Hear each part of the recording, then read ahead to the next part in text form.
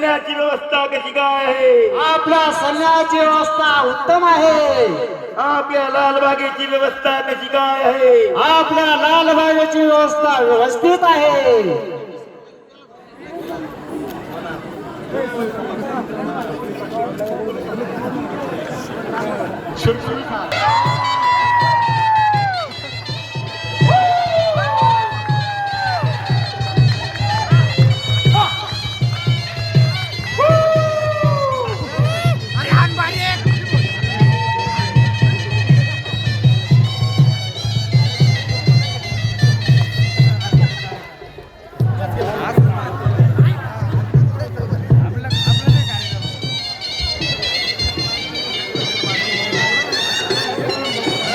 हे भगिनी काय झाले? तुझ्यावर एक नंतर कुणी आले मध्यप्रत कथन कर.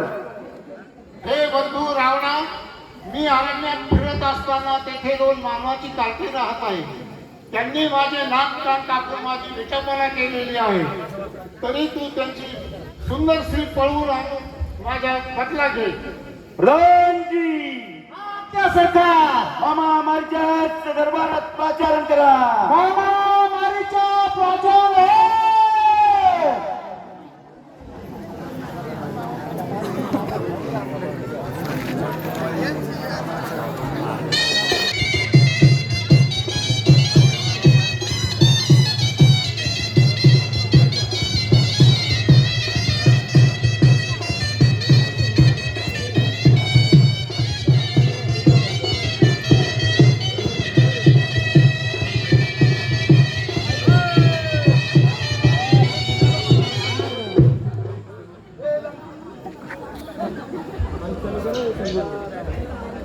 हे लंकाधीशा रावणा, हा मामा मारीच तव चरणा प्रत वंदन करतो.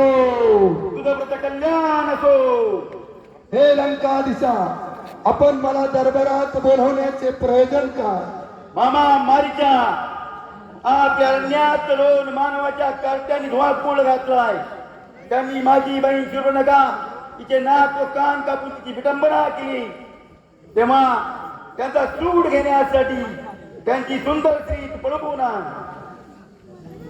हे लंकाधीशा, हे लंकाधीशा, प्रभू श्रीराम प्रभू हे साक्षात विष्णूचे अवतार आहेत आणि त्यांची पत्नी ही लक्ष्मी आहे.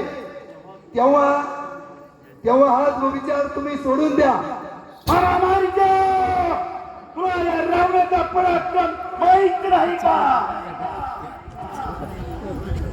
ज्याच्याकडे वायू केर झाडतो, अग्नी स्वयंपाक करतो, चंद्र सूर्य मशालतो, अशा या पराक्रमी माणसाला तू यात किंचित मानवाची भीती दाखवतोस? थांब, तुला ठार मारतो. या नराधमाच्या हातून मरण्यापेक्षा रामाच्या बाणाने मरेल तर मुक्त तरी होईल.